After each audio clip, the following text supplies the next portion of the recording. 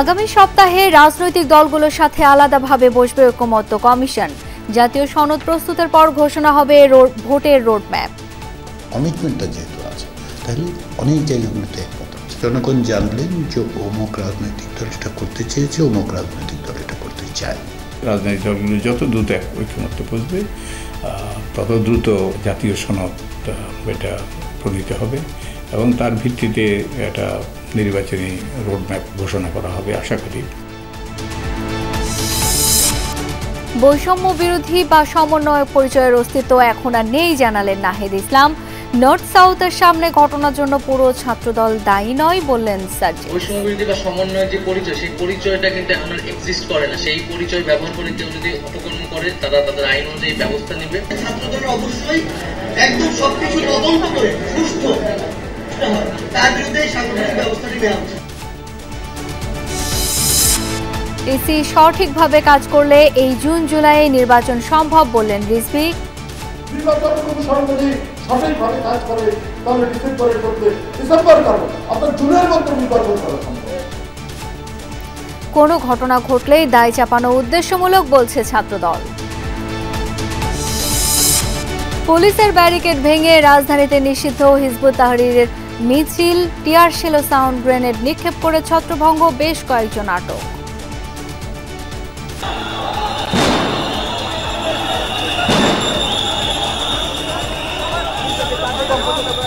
বিভিন্ন জায়গায় বিভিন্ন জন পুলিশ আছে, এখন থেকে আমরা চেষ্টা করতেছি আরো যারা আছে তাদের সাথে আমি কথা বলতেছি। সিলেটের কানাইঘাট সীমান্তে ভারতীয় খাসিয়াদের হামলায় বাংলাদেশি নিহত, মরদেহ নিয়ে গেছে বিএসএফ। মাগুরায় বোনের বাসায় গিয়ে ধর্ষণের শিকার শিশুর জ্ঞান এখনও ফেরেনি, আরও 48 ঘন্টা পর্যবেক্ষণে রেখেছেন চিকিৎসকরা, দুজন আটক। যে ঘটনাটা ঘটছে আমরা সবার কাছে একটাই নিচ্ছি যে এটা নিয়ে সবাই প্রতিবাদে নামুক। রমজানের প্রথম ছুটির দিনে ঈদের কেনাকাটার ধুম, যমুনা ফিউচার পার্কে উপচে পড়া ভিড়, এক ছাদের নিচে সব পণ্য পেয়ে সন্তুষ্ট ক্রেতারা। শার্ট কিনতেছি, পাঞ্জাবি কিনবো, জুতা কিনবো আর অনেক কিছু কিনবো। আমি এখানে আসলাম, মনে হলো যে যমুনা ফিউচার পার্কে এক জায়গায় সব কিছু পাওয়া যাবে।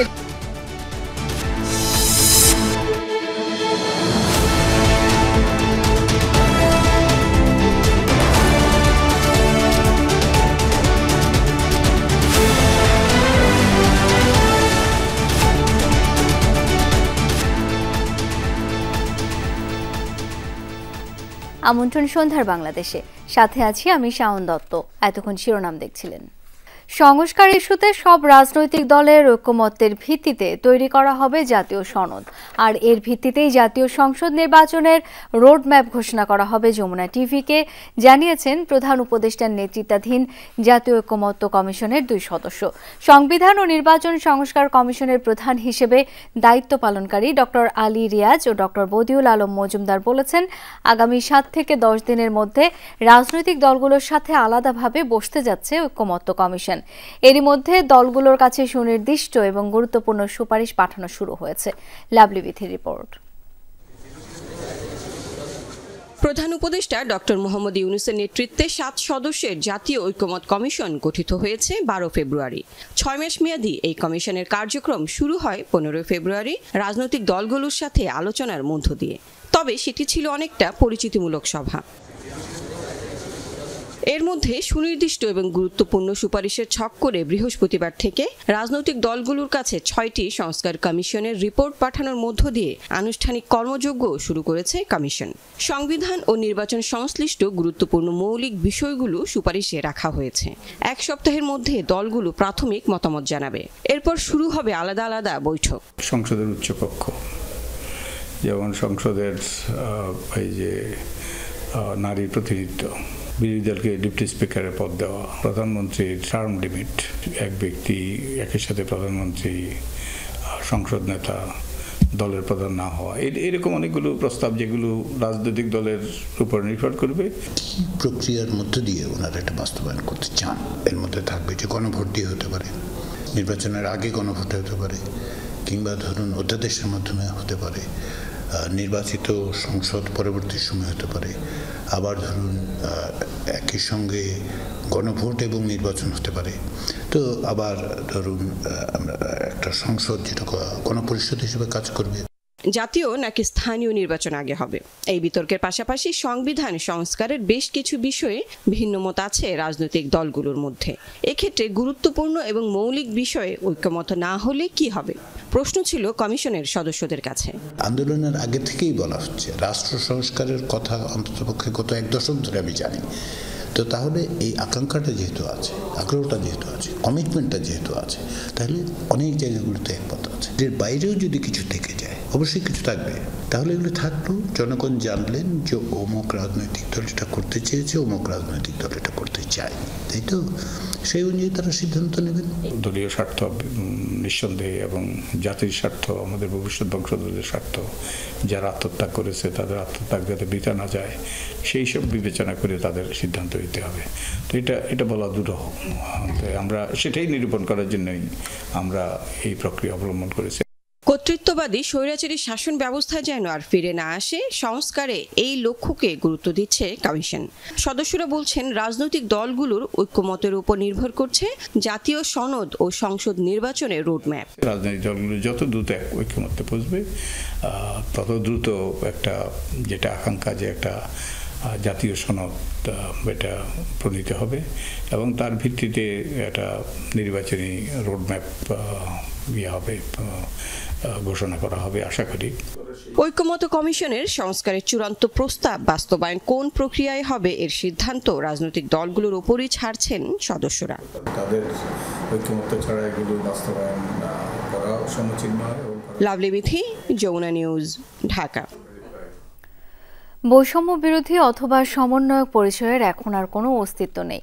এই পরিচয় ব্যবহার করে যদি কেউ কিছু করতে চায় তাহলে আইন শৃঙ্খলা বাহিনীকে ব্যবস্থা নেবার অনুরোধ জানিয়েছেন জাতীয় নাগরিক পার্টির আহ্বায়ক নাহিদ ইসলাম। বিকেলে দলের পক্ষে এক সংবাদ সম্মেলনে এমন অনুরোধ করেন তিনি। নাহিদ ইসলাম আরও বলেন, নির্বাচনের আগে পুলিশের কর্মক্ষমতা অবশ্যই বৃদ্ধি করতে হবে। এক্ষেত্রে সকল রাজনৈতিক দলকে একসাথে কাজ করার আহ্বানও জানান তিনি।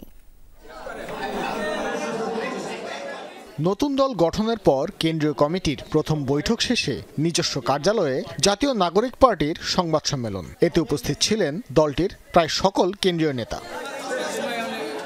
সাংবাদিকদের প্রশ্নের জবাবে আহ্বায়ক নাহিদ ইসলাম বলেন, গণ অভ্যুত্থানের পর নির্বাচনের সময় থেকে নির্বাচনের প্রেক্ষাপটকেই বেশি গুরুত্ব দিচ্ছে নাগরিক পার্টি।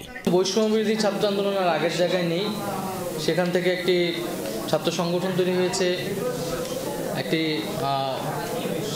বৈষম্যবিরোধী ছাত্র আন্দোলন এবং নাগরিক কমিটির থেকে রাজনৈতিক দল তৈরি হয়েছে। ফলে বৈষম্যবিরোধী বা সমন্বয় যে পরিচয়, সেই পরিচয়টা কিন্তু এখন আর এক্সিস্ট করে না সেই অর্থে।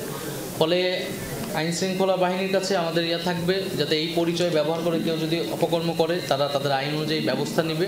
নির্বাচনের আগে পুলিশের কর্মক্ষমতা আরও বৃদ্ধির বিষয়ে গুরুত্ব আরোপ করেন তিনি। পুলিশ যেরকম নাজুক অবস্থায় আছে, এইরকম নাজুক অবস্থায় নির্বাচন করাটা অনেক বেশি কঠিন হবে এবং এই পুলিশ প্রশাসনের কিন্তু একটা সুষ্ঠু নির্বাচন করার অভিজ্ঞতা দীর্ঘদিনের নেই, তাদের সক্ষমতা পরীক্ষা হয় না দীর্ঘদিন ধরে। সেই জায়গা থেকে আমি বলেছি যে আমাদেরকে অবশ্যই নির্বাচনের আগে এই যে পুলিশিং ব্যবস্থা আছে, আইন শৃঙ্খলার যে পরিস্থিতি আছে, সেটাকে অবশ্যই উন্নত করতে হবে এবং সেটার জন্য সরকারের পাশাপাশি রাজনৈতিক দলগুলো যারা রয়েছে, বিভিন্ন সামাজিক শক্তি যারা রয়েছে, তাদেরকেও এগিয়ে আসতে হবে।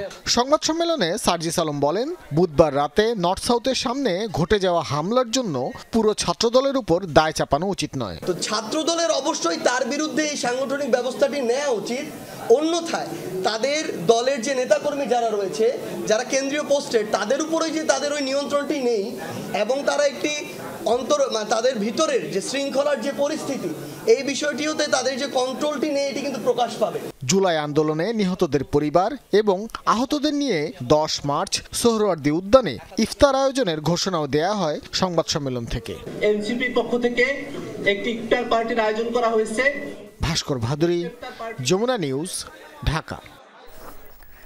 কোনো অপ্রীতিকর ঘটনা ঘটলেই ছাত্রদলের নাম জড়ানোর দুরভিসন্ধি লক্ষ্য করা যাচ্ছে বলে অভিযোগ ছাত্রদলের সভাপতি রাকিবুল ইসলামের।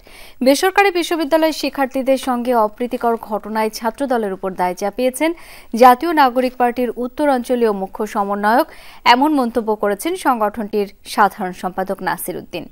বিকেলে নয়াপল্টনের দলীয় কেন্দ্রীয় কার্যালয়ে সাম্প্রতিক ঘটনার প্রেক্ষিতে সংবাদ সম্মেলন করে জাতীয়তাবাদী ছাত্রদল। এ সময় সংগঠনটির সভাপতি বলেন, পূর্বের রেশারেশির জের ধরেই সার্জিসের উপর হামলা ঘটে। সার্জিস আলম রাজনৈতিক রূপ দেওয়ার জন্য ছাত্রদলকে দায়ী করে পোস্ট দিয়েছে বলেও মন্তব্য করেন তিনি। যদিও এমন ঘটনার জন্য দুঃখ প্রকাশ করেছে ছাত্রদল। ব্রিফিংয়ে ছাত্রদল সাধারণ সম্পাদক বলেন, বিক্ষুব্ধ বেসরকারি বিশ্ববিদ্যালয়ের শিক্ষার্থীরাই নর্থ সাউথে সার্জিসদের উপর হামলা করেছে।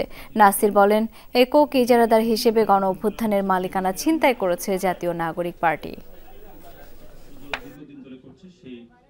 জনাব সার্জিস আলম, ঘটনাটি সার্জিস আলমের সাথে ছাত্রদলের ঝামেলা বলে তিনি এটি ওনার সামাজিক যোগাযোগ মাধ্যমে তিনি স্ট্যাটাস দিয়েছে। আমরা পুনরায় বলছি যে ঘটনাটি নর্থ সাউথ বিশ্ববিদ্যালয়ের সাধারণ শিক্ষার্থীদের সাথে জনাব সার্জিস আলমের সমস্যা হয়েছে।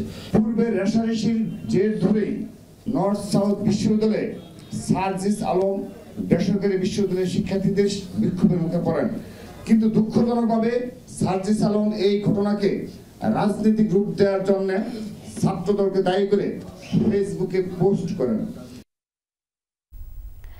নির্বাচন কমিশন সঠিকভাবে কাজ করলে এই জুন জুলাইয়ে জাতীয় নির্বাচন আয়োজন করা সম্ভব, এমনটাই বলেছেন বিএনপির সিনিয়র যুগ্ম মহাসচিব রুহুল কবির রিজভী। সকালে রাজশাহীর মোহন পার্কে আমরা বিএনপি পরিবার এর উদ্যোগে আয়োজিত এক সৌজন্য সাক্ষাৎ এবং দোয়া মাহফিলে অংশ নেন তিনি। এ সময় রিজভী বলেন, জাতীয় নির্বাচন নিয়ে গড়িমসি করলে অন্তর্বর্তী সরকারের প্রতি জনগণের অনাস্থা সৃষ্টি হবে। দেশের মানুষ নির্বাচনের জন্য মুখিয়ে আছে। এ সময় জাতীয় নির্বাচনের আগে স্থানীয় বা অন্য কোনো নির্বাচনের সুযোগ নেই, এই মন্তব্য করেন রুহুল কবির রিজভী। নির্বাচন তো করবে, এত গড়িমসি কেন? কেন এটা কঠিন হবে? নির্বাচন কমিশন যদি সঠিকভাবে কাজ করে তাহলে ডিসেম্বর কেন, আপনার জুনের মধ্যে নির্বাচন করা সম্ভব। নিষিদ্ধ হিজবুত তাহরীর রাজধানীতে মিছিল করেছে। জুমার নামাজের পর বায়তুল মোকাররম থেকে মিছিল নিয়ে পল্টন বিজয়নগর এলাকা প্রদক্ষিণ করে। পরে টিয়ার শেল, সাউন্ড গ্রেনেড নিক্ষেপ করে তাদের ছত্রভঙ্গ করে দেয় পুলিশ। এদিকে গতরাতে গ্রেপ্তার ৩ জনকে বিভিন্ন মেয়াদে রিমান্ডে নিয়েছে পুলিশ। রমজানের প্রথম জুমার নামাজ, তাই জাতীয় মসজিদে ঘিরে মুসল্লিদের উপস্থিতিও বেশি। কিন্তু একটি নিষিদ্ধ সংগঠনের কর্মসূচি ঘোষণা করায় বাড়তি নিরাপত্তা ব্যবস্থা নেয় আইনশৃঙ্খলা বাহিনী। কয়েক স্তরের তল্লাশি শেষে প্রবেশ করতে হয় মুসল্লিদের। নামাজ শুরুর বেশ আগেই মসজিদের ভেতর ও বাইরে পূর্ণ হয়ে যায় মুসল্লিতে। জায়গা না পেয়ে অনেকে সড়কের উপরেই নামাজ আদায় করেন। নামাজ শেষ হতেই নিষিদ্ধ হিজবুত তাহরীর কর্মীরা উত্তর গেট থেকে মিছিল নিয়ে সামনে এগিয়ে যেতে চাইলে প্রথম দফায় বাধা দেয় পুলিশ। ব্যারিকেড ভেঙে মিছিল চলে যায় পুরনো পল্টন মোড় হয়ে বিজয়নগরের দিকে। বিজয়নগর থেকে পল্টনের দিকে মিছিল যখন ফিরে আসতে শুরু করে তখনই টিয়ারশেল নিক্ষেপ করে তাদের ছত্রভঙ্গ করে দেওয়ার চেষ্টা করে পুলিশ। এরপর শুরু হয় সাউন্ড গ্রেনেড নিক্ষেপ। পুলিশের ধাওয়ায় অলিগলিতে পালিয়ে যায় বিক্ষোভকারীরা। এক পর্যায়ে পুলিশের সাথে যোগ দেন সেনা সদস্যরাও। একটি নিষিদ্ধ সংগঠন কিভাবে নির্বিঘ্নে রাজধানীতে বিক্ষোভ করার সুযোগ পেল, ঘটনাস্থলে এমন প্রশ্নের উত্তর মেলেনি পুলিশ সদস্যদের কাছ থেকে।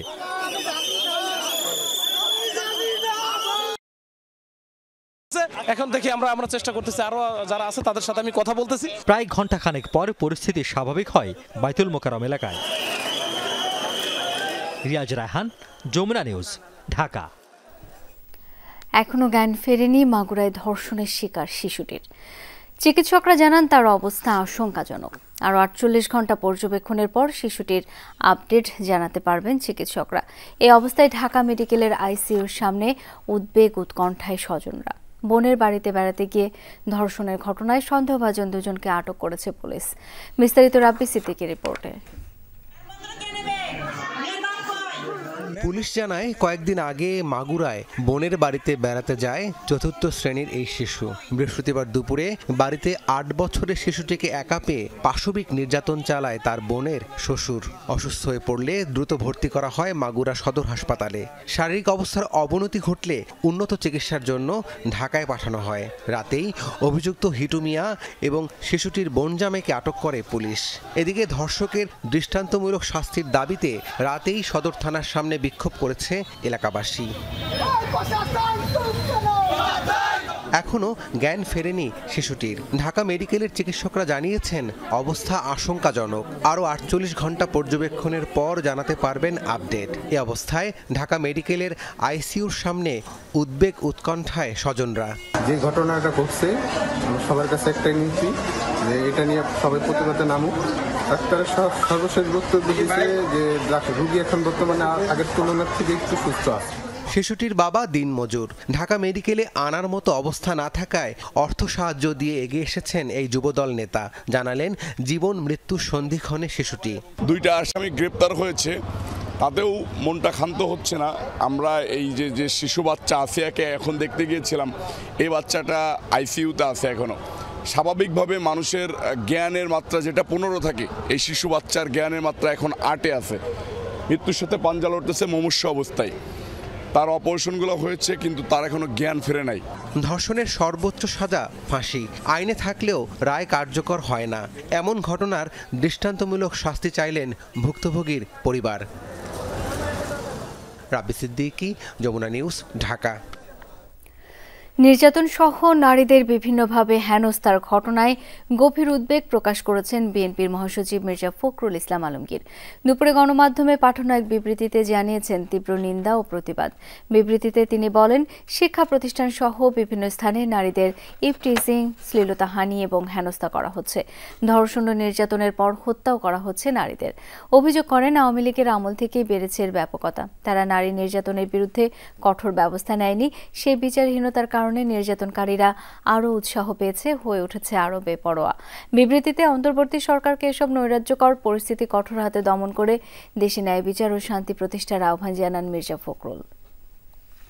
সিলেটের কানাইঘাট সীমান্তে ভারতীয় খাসিয়াদের হামলায় এক বাংলাদেশি মারা গেছে। মরদেহ নিয়ে গেছে ভারতীয় সীমান্তরক্ষী বাহিনী বিএসএফ। বিজিবি জানায়, দুপুরে লোভাছড়া সীমান্তে যায় শাহেদ মিয়া। সেখানে ভারতীয় খাসিয়াদের হামলায় প্রাণ হারান তিনি। মরদেহ নিয়ে যায় বিএসএফ। এই বিষয়ে তথ্য জানতে চাইলে বিজিবির কাছে মরদেহের ছবি পাঠায় বিএসএফ। পরে নিশ্চিত হওয়া যায় পরিচয় সম্পর্কে। জানা যায়, নিহত শাহেদ কানাইঘাটেরই মঙ্গলপুর গ্রামের বাসিন্দারা। মরদেহ ফিরিয়ে আনার কাজ চলছে বলেও জানায় বিজিবি। বিশ্বের সবচেয়ে রক্তাক্ত সীমান্ত ভারত বাংলাদেশ সীমান্ত। রাজশাহীতে এক অনুষ্ঠানে এমন মন্তব্য করেছেন বিএনপির সিনিয়র যুগ্ম মহাসচিব রুহুল কবির রিজভী। লালমনিরহাটের সীমান্ত, চাঁপাইনবাবগঞ্জের সীমান্ত, ঠাকুরগাঁর সীমান্ত, সিলেটের সীমান্ত, মারা যাচ্ছে একের পর এক মানুষ, একদিন 2 দিন পর। পৃথিবীর মধ্যে সবচেয়ে রক্তাক্ত সীমান্ত, সবচেয়ে ভয়ঙ্কর সীমান্ত, অসংখ্য ফেলানির লাশ ঝুলে থাকা সীমান্ত তৈরি হয়েছে ভারত বাংলাদেশের সীমান্ত। ঈদ যাত্রায় 14 থেকে 20 মার্চ পর্যন্ত অনলাইনে পাওয়া যাবে ট্রেনের অগ্রিম টিকিট। এ সময় মিলবে 24 থেকে 30 মার্চের টিকিট। এছাড়া ঈদের আগের 3 দিনে থাকছে বিশেষ ট্রেন। অতিরিক্ত যাত্রী পরিবহনে আন্তনগর ট্রেনে যুক্ত হচ্ছে বাড়তি কোচও। রেল সচিব জানিয়েছেন, যাত্রা নির্বিঘ্ন করতে টিকিট কালোবাজারি রোধ সহ সার্বিক নিরাপত্তায় থাকবে ভিজিল্যান্স টিম। আলমগীর স্বপনের রিপোর্ট। ঈদযাত্রায় প্রিয়জনের সাথে আনন্দ ভাগাভাগিতে মানুষ ছুটে নিরাপদ বাহনের খোঁজে। নিরাপদ আর সাধ্যের মধ্যে ট্রেন যাত্রাকে বেছে নেয় সবার আগে। তবে এর জন্য জিততে হয় টিকিট পাওয়ার কঠিন লড়াই। ঈদযাত্রার জন্য আগামী 14 মার্চ থেকে অনলাইনে নামতে হবে সেই টিকিট কাটার যুদ্ধে। 14 মার্চ পাওয়া যাবে 24 মার্চের টিকিট, 25 মার্চের টিকিট 15 মার্চে, 26 মার্চের টিকিট 16 মার্চে, এভাবে 20 মার্চ পর্যন্ত ট্রেনের অগ্রিম টিকিট কাটা যাবে। 24 থেকে 30 মার্চ এই সময়টুকু হচ্ছে ঈদের সময়টা নির্ধারিত আছে। কাজেই 24 তারিখের ঈদের যাত্রার জন্য তাহলে 10 দিন আগে 14 তারিখে টিকিট করতে হবে, 25 তারিখের জন্য 15 তারিখে টিকিট করতে হবে। যেই নিয়মটি বহাল আছে সেটি এভাবেই থাকছে। এবার ঈদের আগে আমাদের 7 দিন আগে আমরা টিকিট বিক্রি বিশেষ ব্যবস্থাপনা সম্পূর্ণ অনলাইনে টিকিট বিক্রি কার্যক্রম হবে। প্রতিদিন সারা দেশে আন্তনগর ট্রেনে 35,500 যাত্রী যাতায়াত করে। ঈদে তা বেড়ে দাঁড়ায় 50,000-এর মতো। এজন্য 27 থেকে 30 মার্চ পর্যন্ত থাকছে বিশেষ ট্রেন। আন্তনগর ট্রেনে যোগ হচ্ছে বাড়তি কোচও। চাহিদা এতই বেশি, যাত্রীরা যেন নিরাপদে স্বাচ্ছন্দ্যে যেতে পারে। প্রতিবারের মতো এইবারও আমরা আন্তনগর বিভিন্ন রুটে অতিরিক্ত কোচ সংযোজনের ব্যবস্থা রাখব। বিশেষ ট্রেন যেটি থাকছে মোট 5 জোড়া, মোট 10টি ট্রেন দেওয়ার সিদ্ধান্ত হয়েছে, যেগুলো মূলত 27 এবং 28 মার্চে চলবে। কিন্তু 27-এ একটি চলবে, 28 মার্চে 4টি চলবে। টিকিট কালোবাজারি ও হয়রানি রোধে থাকছে বিশেষ নিরাপত্তা ব্যবস্থা। টিকিটের কালোবাজারি যেন না হতে পারে, এটি আমরা বিশেষভাবে আমরা দৃষ্টি রাখার পরিকল্পনা করেছি। যাত্রীদের নিরাপদ চলাচল যেন নির্বিঘ্ন হতে পারে। রেল সচিব জানান, ঈদ যাত্রা নির্বিঘ্ন করতে প্রতিবারের মতো রিলিফ ট্রেনের ব্যবস্থা সহ থাকছে নানা কার্যক্রম। আলমগীর স্বপন, যমুনা নিউজ, ঢাকা। বিশ্বের তৃতীয় দরিদ্রতম দেশ সেন্ট্রাল আফ্রিকান রিপাবলিকে বাংলাদেশ সেনাবাহিনীর তত্ত্বাবধানে নির্মিত হয়েছে তোয়াদেরা কমিউনিটি ক্লিনিক। দেশটির প্রেসিডেন্টের নামে নির্মিত এই কমিউনিটি ক্লিনিকটি স্থানীয় জনগোষ্ঠীর স্বাস্থ্য সেবা নিশ্চিতে কাজ করবে। বাংলাদেশের সেনাবাহিনী প্রধান জেনারেল ওয়াকারুজ্জামান ও সেন্ট্রাল আফ্রিকান রিপাবলিকের প্রেসিডেন্ট ক্লিনিকটি উদ্বোধন করেন। এ সময় দেশটির রাষ্ট্রপতি সেনাপ্রধানকে সম্মানসূচক রাষ্ট্রপতি পদকে ভূষিত করেন। সেন্ট্রাল আফ্রিকান রিপাবলিক থেকে ফিরে আহমেদ রেজা জানাচ্ছেন বিস্তারিত।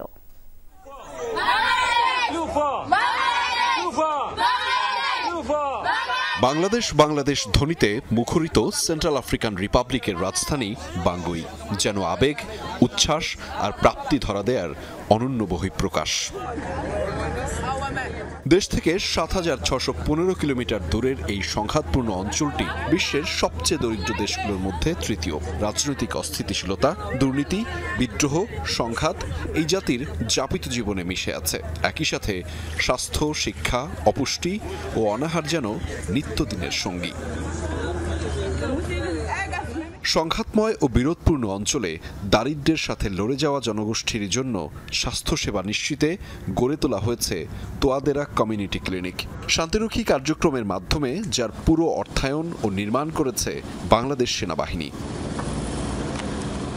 আড়ম্বরপূর্ণ আয়োজনে কমিউনিটি ক্লিনিকের উদ্বোধন করেন বাংলাদেশ সেনাবাহিনী প্রধান জেনারেল ওয়াকারুজ্জামান ও দেশটির প্রেসিডেন্ট ফস্টিন আর্চেন্স তোয়াদেরা, যার নামেই মূলত এই ক্লিনিকটি। এই এলাকার জনগণের স্বাস্থ্যসেবা চাহিদা মেটাতে এই ক্লিনিক দারুণভাবে কাজে আসবে। বিশেষ করে নারী ও শিশুদের চিকিৎসা সেবা নিশ্চিতে এই ক্লিনিক সহযোগিতা করবে। এটা অবশ্যই একটি সময় উপযোগী কাজ। আমি ভাবছি কতটা সহজ হবে এখানকার মানুষের জীবনমান। ধন্যবাদ বাংলাদেশ সেনাবাহিনী।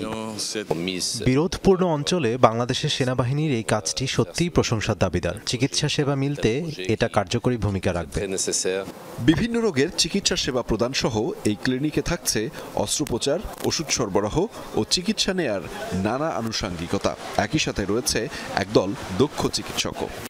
আফ্রিকান ডক্টর ও টেকনিশিয়ান ও মেডিকেল অ্যাসিস্ট্যান্টদের সাথে ক্যাপাসিটি বিল্ডিং এর কাজ করছি। সেন্ট্রাল আফ্রিকার লোকাল যে পপুলেশন আছে তাদের মধ্যে গাইনোকোলজিক্যাল সাপোর্ট দেওয়ার জন্য মূলত আমার আশা। শিশু বিশেষজ্ঞ হিসেবে দায়িত্ব পালন করতে এসেছি। আমরা চেষ্টা করব এখানে স্বল্প মূল্যে সেন্ট্রাল আফ্রিকান রিপাবলিকের সাধারণ জনগণের মধ্যে দন্ত চিকিৎসা সেবা পৌঁছে দেওয়ার জন্য। বিরোধপূর্ণ অঞ্চলে বাংলাদেশ সেনাবাহিনী শান্তি প্রতিষ্ঠা ও সংকট মোকাবেলায় ধারাবাহিকতা ধরে রেখেছে বলে জানান সেনাপ্রধান জেনারেল ওয়াকারুজ্জামান। বলেন, আগামী প্রজন্মের জন্য শান্তি ও সমৃদ্ধি অব্যাহত রাখতে সহযোগিতা চলমান রাখবে বাংলাদেশ সেনাবাহিনী। We'll continue to sacrifice our life.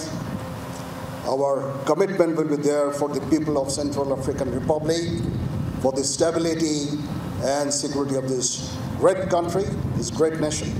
Together, let us continue to build a future of peace and prosperity for generations to come. Central African রিপাবলিকের প্রেসিডেন্ট ফস্টিন আর্চেন্স তোয়াদেরা জানান, দারিদ্র্যপীড়িত এলাকায় স্বাস্থ্য খাতে এমন সহযোগিতার কথা তার দেশের জনগণ কখনোই ভুলবে না। আমরা সত্যিই কৃতজ্ঞ বাংলাদেশ সেনাবাহিনীর কাছে। আমি বিশ্বাস করি আমার দেশের মানুষ সেনাবাহিনীর অবদানের কথা কখনোই ভুলবে না। বাংলাদেশের সাথে দ্বিপাক্ষিক সম্পর্ক আরও জোরদারে আমরা আগ্রহী। বেশ কিছু বিষয়ে আলোচনাও চলছে আমাদের। এ সময় বাংলাদেশের সেনাপ্রধানকে সম্মানসূচক প্রেসিডেন্ট মেডেল প্রদান করা হয়। বিশ্বের বিরোধপূর্ণ অঞ্চলে শান্তি প্রতিষ্ঠায় আলাদা সুনাম রয়েছে বাংলাদেশ সেনাবাহিনীর। একই সাথে স্থানীয়দের জীবনমান উন্নয়নে কাজ করে যাচ্ছে বাহিনীর সদস্যরা। তেমনি এক কার্যক্রম সেন্ট্রাল আফ্রিকা রিপাবলিকের বাঙ্গুই শহরে এই কমিউনিটি ক্লিনিক, যার মাধ্যমে চিকিৎসা সেবা মিলবে এখানকার স্থানীয় অসহায় জনগোষ্ঠীর। Ahmed Reza, Jamuna news, Bangui, Central Africa Republic. Ramzan বলে কথা, যে যেভাবে পারছে বাড়তি দাম রাখছে লেবুর। হুজুগে রাজধানীতে হালি হিসাবে পণ্যটির দাম ছাড়িয়েছে 100 টাকা। বেগুনের লম্বা বেগুনের কেজি 120 টাকা, অথচ গোল বেগুনের দামের 3 ভাগের 1 ভাগ। ভয় দেখাচ্ছে শসা আর কাঁচামরিচ। যদিও এমন নৈরাজ্য শুধু ঢাকাতেই, অন্যান্য জেলায় সবজির দাম স্বাভাবিক। রোজার আগে সবজির দাম নিয়ে দুশ্চিন্তা ছিল না। শীতে মিলেছে ভরপুর আবাদ, তাই নিম্নবিত্তের পাতেও এবার শাকসবজি ছিল পর্যাপ্ত। এ কারণে 23 মাস পর ফেব্রুয়ারিতে মূল্যস্ফীতি নেমে যায় 1 অঙ্কের ঘরে। এই স্বস্তি খুব বেশি দিন রাখতে দিলেন না রাজধানীর সবজি ব্যবসায়ীরা। ইফতারে দরকার বলে কথা, তাই কারওয়ান বাজারে বড় লেবুর পিস 30 থেকে 35 টাকা হাঁকছেন ব্যবসায়ীরা। 100 টাকার নিচে মিলছে না ছোট লেবুর হালি। জানা গেল হঠাৎ নাকি যোগান কমে গেছে, তাই পাইকারিতে 1000 পিসের দাম পড়ছে 25 থেকে 28,000 টাকা। সেই দর খুচরা এসে আরও বাড়ছে। এদিকে বাজারে লম্বা বেগুনের কেজি 120 টাকা, অথচ গোল বেগুনের দর এর 3 ভাগের 1 ভাগ। এটিকে নৈরাজ্য বললে কি খুব ভুল হবে? শীতকালীন যে সবজিটা এটা শেষ পর্যায়ে, আর গরমের যে সবজিটা এটা আসতেছে, এই মুখামুখি যায় মানে হলো দাম একটু এলোমেলোই থাকে। বছর বইটা দেখি না আপনার লেবুর দোকানে, আর আজকে রোজা আইছে, রোজার নাম লইছে, আপনি 5 আলি লেবু সংগ্রহ করতেছেন। আপনি কইবেন ব্যবসায়ী সিন্ডিকেট করে, আমি বিক্রেতা। আমি কমু না, ব্যবসায়ী সিন্ডিকেট করে না, আপনি ক্রেতা সিন্ডিকেট করেন। সম্ভব 140 টাকা হালি লেবু, মানে আমরা কি খামু? আমরা যদি এগুলি বয়কট করি, এগুলোর দাম অটোমেটিক কমে যাবো। আমরা কি করি, যে জিনিসের দাম বেড়ে যায় আমরা সেটা কেনার জন্য অস্থির হয়ে যাই, যে ওইটার ভিতরে কি আছে, ওইটা খাইলে মনে স্বাস্থ্য ভালো হইব। বাংলাদেশের সাধারণ জনগণের একটা দ্বীপে পাঠিয়ে দিতে, দ্বীপে পাঠিয়ে আর যারা আছে, যারা দেশ চালায়, তারাই থাকবে দেশে। দক্ষিণ পশ্চিমাঞ্চলে অবশ্য বাজার নিয়ে খুব একটা দুশ্চিন্তা নেই। রোজার প্রথম 2 দিনে সবজির দর কিছুটা বাড়লেও এখন তা সহনশীল। 50 টাকায় নেমে এসেছে লেবুর হালি আর শসার কেজি, যদিও ক্রেতারা বলছেন মৌসুম হিসেবে দাম আরও কমা উচিত। সবচেয়ে সহনীয় পর্যায়ে তা না, কিছু কিছু আইটেম তো বেশি আছে, যেমন উস্তে, নতুন নতুন সবজিগুলি বেশি। আগের বারের থেকে এবার বেশ সহনীয় পর্যায়ে মনে হচ্ছে, আগের বারের তুলনায় এবার বেশ ভালো। কোনো বেচাকেনা নাই বললেই চলে, দাম পড়ে গেছে। দাম পড়ে যাতে বাজারে খাওয়া কমে গেছে। যেমন সবচেয়ে দাম আছে এলো পটল, সেটা হচ্ছে 120 টাকা। এখন বাজার যা আছে সহনীয়ভাবে, আর আশা করি আসছে আগামী সপ্তাহের মধ্যে আরো দাম কম হবে। উত্তরাঞ্চলের সব জেলাতেই এবার সবজির ব্যাপক উৎপাদন হয়েছে, তাই রমজানে দামে খুব একটা হেরফের হয়নি। এখানে 40 থেকে 50 টাকা কেজি দরে বিক্রি হচ্ছে শসা আর বেগুন। টমেটো মিলছে 20 টাকায়, লেবুর হালি 40 টাকা। ব্যবসায়ীরা জানালেন, যে পরিমাণ সবজি উৎপাদন হয়েছে সেই তুলনায় ক্রেতা কম। সবজি এবার আমদানি বেশি, সবজি এবার আল্লাহ দিলে আমদানি বেশি হয়েছে, এবার অনেক কিছু দাম কমে গেছে, বাজারে কাস্টমার কম। সব জিনিসের দাম এবার কম, এবার আমদানি বেশি কম, আমদানি নিতেছে না, পাবলিক নিতেছেই না। অন্যান্য বারের তুলনায় এবার সবজির দাম মোটামুটি সহনীয় পর্যায়ে আছে। রমজান উপলক্ষে দাম বেড়ে যাওয়ার কথা তরি তরকারি বা সবজির, সেগুলো ইনশাল্লাহ বাড়েনি। কয়েক সপ্তাহের মধ্যে বৃষ্টি বাড়লে লেবুর যোগান স্বাভাবিক হবে বলে দাবি ব্যবসায়ীদের। তৌহিদ হোসেন, যমুনা নিউজ, ঢাকা। ছুটির দিনে জমজমাট ছিল রাজধানীর ইফতার বাজার। ষষ্ঠ রোজায় ধানমন্ডি ও এলিফ্যান্ট রোডের জনপ্রিয় কয়েকটি রেস্টুরেন্ট ছাড়াও বিভিন্ন স্থানে বাহারি ইফতারের আয়োজন নিয়ে হাজির হন ব্যবসায়ীরা। রোজাদারদের কথা মাথায় রেখে স্বাস্থ্যসম্মত উপায়ে সুলভ মূল্যে ইফতার সামগ্রী বিক্রির কথা জানান ব্যবসায়ীরা। ইফতার তো অনেক সুন্দর ইফতারি পাওয়া যাচ্ছে, ভালো ভালো ইফতারি পাওয়া যাচ্ছে। ইফতার সামগ্রীতে ভরপুর বড় বড় রেস্টুরেন্টগুলো। ছোলা, মুড়ি, পেঁয়াজু, বেগুনি ছাড়াও এখানে আছে খাসি মুরগির বিভিন্ন রকমের ইফতার সামগ্রী, আছে হালিমও। চিকেন নিয়েছি, পরোটা নিয়েছি, তারপরে হালিম নিব, এগুলো পছন্দ করে বাচ্চারা। এখানে অনেক ভ্যারাইটি আছে, মোটামুটি অনেক আইটেম আছে, আর আইটেম হলে ভালোই তো আর কি। কিমা পরোটা সহ বিভিন্ন ধরনের পরোটা, চিকেন সাসলিক, ডিম চপ ছাড়াও রাখা হয়েছে কাবাব কর্নার, যেখানে চিকেন, গরু ও খাসির বিভিন্ন পদের ও স্বাদের কাবাব আইটেম পাওয়া যায়। মাশাআল্লাহ আমগো আইটেম যা আছে সবই ভালোই আছে, ইনশাআল্লাহ সবে ভালোই কয়, সবাই কাস্টমার ভালোই কয়, খারাপ কয় না। আমাদের তেল হইতে মশলা হইতে যত কিছু আছে সব কিছু আমরা ফ্রেশ একদম, মানুষের যেটা খাইলে অসুবিধা হবে ওটা আমরা ইউজ করি না। বিক্রেতারা বলছেন সাধারণের ক্রয় ক্ষমতা বিবেচনা করেই ইফতার সামগ্রীর দাম নির্ধারণ করা হয়েছে। এ নিয়ে তেমন অভিযোগ নেই ক্রেতাদের। বাসায় তো সব কিছু তৈরি হয় না, যেখানে বাসায় যেগুলো হয় এগুলো এখান থেকে নেওয়া হচ্ছে। দূষিত শহরে 1 নাম্বার আমরা তো, রোডের খাওয়া তো আপনার তাহলে দূষিত 1 নাম্বার খাওয়া দাওয়া, ওই হিসাব আর কি। সব ধরনের ইফতার পাওয়া যায়, সেজন্য এখানে আসলেই ভালো লাগে। দুপুর গড়িয়ে বিকাল হতেই ক্রেতারা আসতে শুরু করেন এসব ইফতার বাজারে। কারো ঘরোয়া আয়োজন, কেউ অফিসের জন্য, কেউ বা এসেছেন ঘরে তৈরি ইফতারের সঙ্গে রেস্টুরেন্টের তৈরি ইফতারের স্বাদ নিতে। লেগ রোস্ট নিব, 2টা মুরগির রোস্ট নিব, কিছু রুটি নিব। এখানের এই ইফতারগুলি মোটামুটি ভালো, স্ট্যান্ডার্ড কোয়ালিটি সম্পন্ন।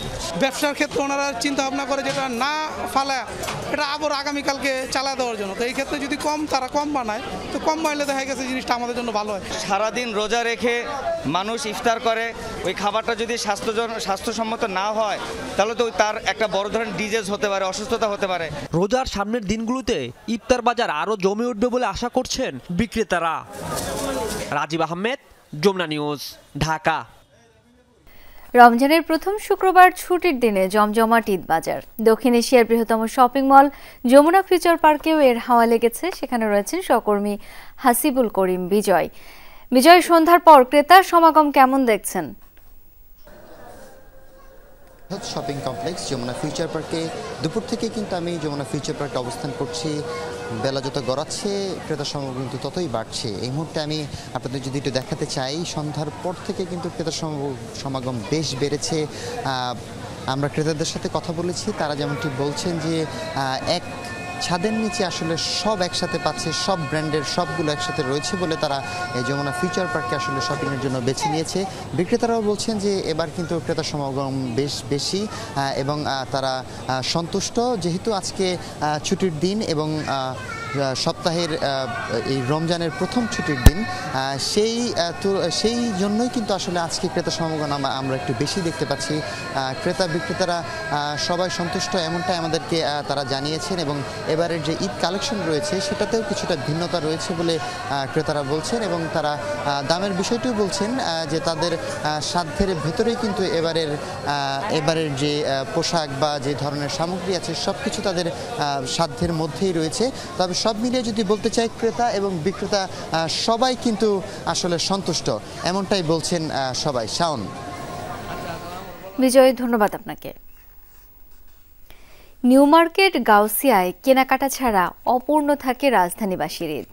সব বয়সীদের পদচারণায় মুখর এই এলাকা। পছন্দের পোশাক কেনা হচ্ছে, যারা পোশাক কিনে ফেলেছেন তাদের অনেকে কিনছেন জুতা, গয়নার মতো অনুষঙ্গ। ক্রেতারা বলছেন আগের তুলনায় এবার দাম কিছুটা বেশি। বিক্রেতারা জানালেন ঈদের আগে বাড়বে বেচাকেনা। জিহাদ ইসলামের ক্যামেরায় বিস্তারিত জানাচ্ছেন লামিয়া তিথি। ঈদ মানেই উৎসব, সেই আনন্দ ভাগাভাগি করতে প্রথম রমজান থেকে পরিবার ও প্রিয়জনের জন্য কেনাকাটা শুরু। চলে উপহার বিনিময়, যার মাধ্যমে পরিবারের সদস্যদের মাঝে দৃঢ় হয় বন্ধন, খুশি বেড়ে যায় কয়েক গুণ। মধ্যবিত্ত বা নিম্নবিত্ত সবার কেনাকাটার চাহিদা পূরণে রাজধানীর নিউ মার্কেট সেরা। সেখানে রোজার আগে থেকেই ছিল চোখে পড়ার মতো ভিড়।